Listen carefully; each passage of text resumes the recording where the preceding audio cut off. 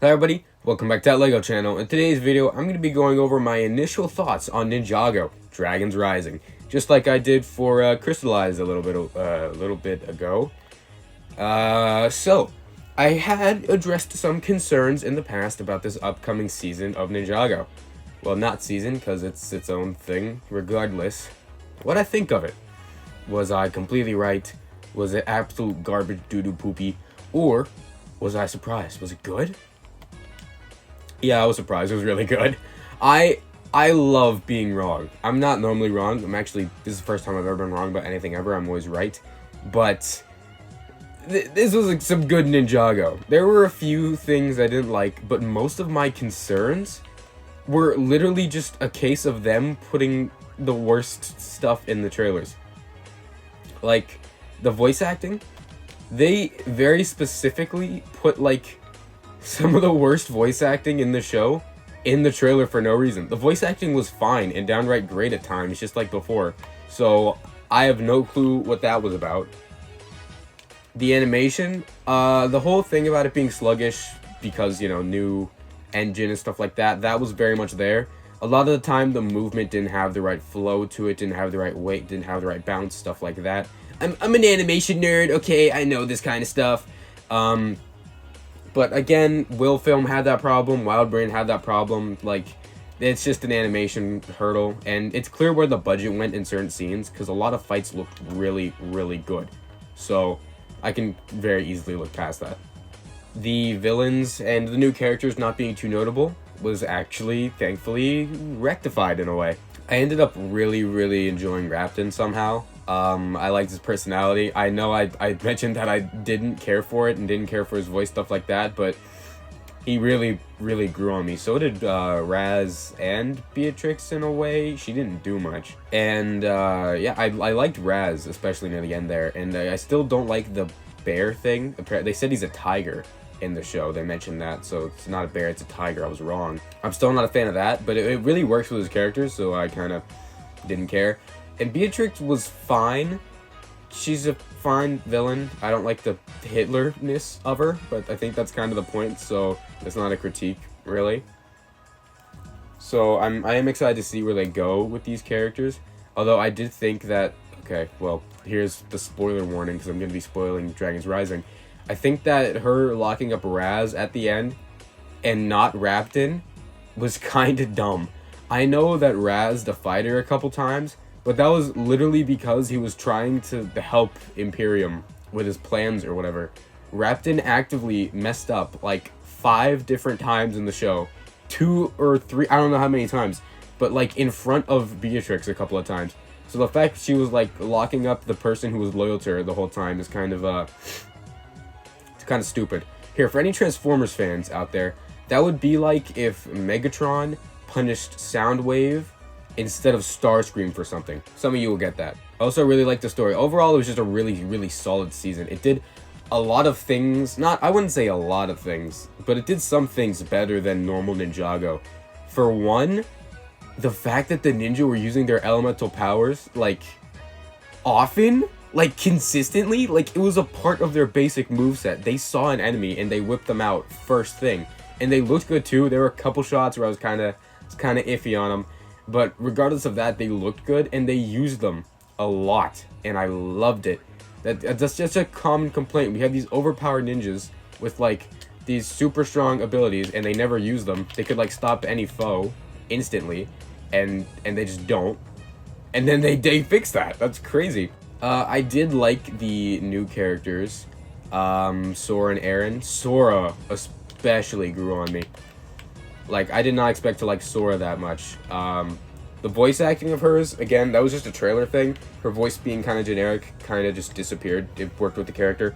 Aaron was a weird thing voice-wise. I thought he was voiced by Vincent Tong, who plays Kai, also plays Knuckles in Sonic Prime. He's a great voice actor, and I was like, oh, cool, they got him to play Aaron in Dragons Rising. But it was not. I looked in the credits, and it was a different guy. They just sound really similar. Anytime I was looking away from the screen and I heard his voice, I thought it was Kai. And I mean, I'm voice blind. I don't recognize voices very well, but he sounded like Kai, so that's kind of random. But I also really, really, really enjoyed Aaron too. I thought he was very cool. The stuff they did with the other ninja was fine. I'm definitely not gonna mind the change as much as I thought I would, with the ninja being the side characters. I thought it worked pretty well. Oh, there's so much to talk about. I do wish we saw Cole and Jay there. We only saw Zane at the end. That is depressing. Like, downright depressing. Thankfully, it was the best ninja, you know, so it's not that big of a deal. But come on, I need to know what happened to Papa Cole. I'm never repeating that. There's a lot of stuff they just didn't address in the series. The 22 minutes, I want to talk about that. The 22-minute format returning. Actually, I don't even think it was 22. I think it was maybe half an hour. I wasn't paying attention at the time, but it felt really long each episode. That was... They did a lot with it, but there were certain times when I feel like they were dragging out the runtime, and the season could have worked with the 11-minute format and given us more episodes and fleshed it out and maybe left the ending with a bit more meat to it. It didn't feel rushed or anything. It just felt like there was more. It ended well. There's obviously going to be like a next season to go off of this. But I just think that the switch to 22 minutes or however long was not a good decision. Like, I didn't need to know the backstory of the dragon kid, girl, whatever. Like, that was fine. Thank you. Also, okay, I'm just going to get this out of the way. The worst part of the show was by far that what are those called? Backstory. Backlash? Backlash.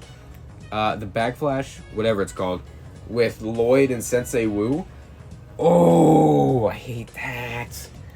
This whole season just looks at the pre-existing continuity and goes, yeah, we know it's there. We're just gonna ignore it half the time. Which isn't a bad thing at all. They introduce so much new stuff and they do really well with it, which is something I was afraid of, but it all works out really great. But I don't know. There's a couple of retcons in it too. Like in the Cloud Kingdom, when they were like, we write destiny, but it doesn't always work all the time. Like, that's a retcon. That's a good one. That's a good retcon, because the Cloud Kingdom was just a stupid concept to begin with. But like, there being another Master of Wind, literally same episode. I thought that elements could only be passed down from parents. Moro didn't have any kids.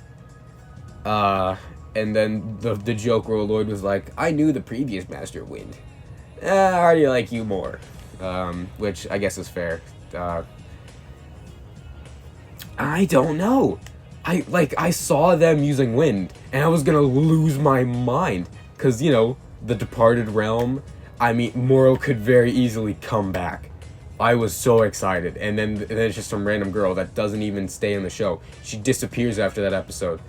And the Cloud Kingdom in general was just so dumb. I don't think the Cloud Kingdom should have existed to begin with, but it's something they had to address with the whole merging of the realms, and they did the best they could, in my opinion. So I'm happy about that. But as I was trying to kind of start about before all that, the flashback with Lloyd and Sensei Wu when he was a kid. No, that's so bad.